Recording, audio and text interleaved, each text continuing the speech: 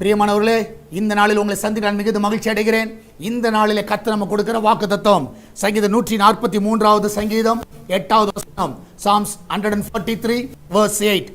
அதிகாலையில் உமது கிருபையை கேட்க பண்ணும், உம்மை நம்பி இருக்கிறேன். நான் நடக்க வேண்டிய வழியை எனக்கு காண்பியும், உம்மிடத்தில் என் ஆத்துமாவை உயர்த்துகிறேன்.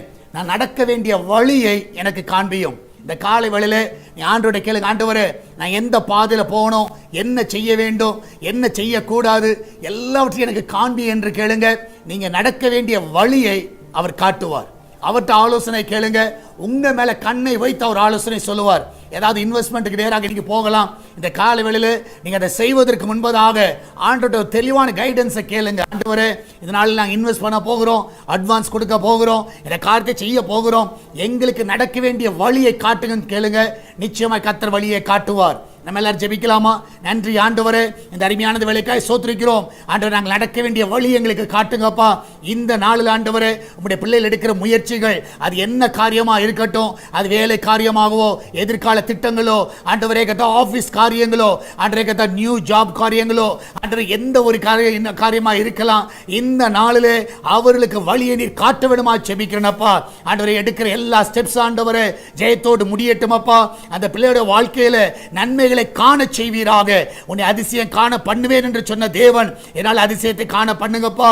அந்த மெடிக்கல் ரிப்போர்ட் எல்லாம் சாதகமாய் வரட்டும். ஆண்டவர், டாக்டருடைய கண்ணில் தயவு கிடைக்கட்டும், மனுஷ தயவு கிடைக்கட்டும், அதிகாரிகள் கண்ணில் தயவு கிடைக்கட்டும். அந்த கோர்ட்டு கேஸ் எல்லாம் ஆண்டவரே அவர்களுக்கு சாதகமாய் முடிவதாக. அதுக்கு நல்ல ஒரு ஆலோசனை தர வேணுமா ஜெபிக்கிறேனப்பா. அந்த பிசினஸ் நல்ல உயர்வை கொடுங்க ஆண்டவரே. இந்த நாளில் ஆண்டவரே உம்முடைய ஆலோசனை கேட்டு அவர் நடக்க உதவி செய்யுங்கப்பா. அவருடைய எதிர்கால திட்டங்கள் எல்லாவற்றையும் நீர் ஆசீர்வதிங்கப்பா. விசேஷமாய் ஆண்டவரே, இந்த நாள் ஆண்டவரே சுக பரிசோதனைக்காய் போகிற பிள்ளைகள் நல்ல சுகத்தோடு பிள்ளை பெற்றெடுக்கட்டும் அப்பா. அந்த கிச்சன்ல ஆண்டவரே ஆசீர்வதிங்க, நல்ல பாதுகாப்பை கட்டளையிடுங்கப்பா. எல்லா தீங்குக்கு விலக்கி பாதுகாத்துக் கொள்ளுங்க ஆண்டவரே. கத்தா வெளிநாட்டில் இருக்கிற பிள்ளைகளை சுகமாய் காத்துக்கொள்ளுங்க, சமாதானமாய் காத்துக்கொள்ளுங்க. அந்த தேசத்தில் அவளை ஆசீர்வதிங்கப்பா.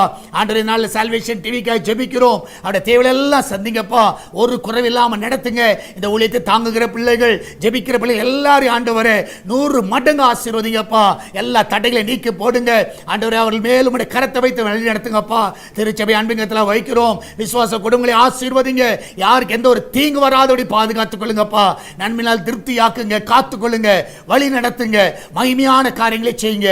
இயேசுவின் நாமத்தில் ஜெபிக்கிறோம் எங்கள் அன்பின் பரலோக பிதாவே, ஆமென், ஆமென். பிரியமானவர்களே, கர்த்தர் உங்க கூட இருக்கிறார். தைரியமா இருங்க. கர்த்தர் பெரிய காரியங்களை செய்வார். God bless you.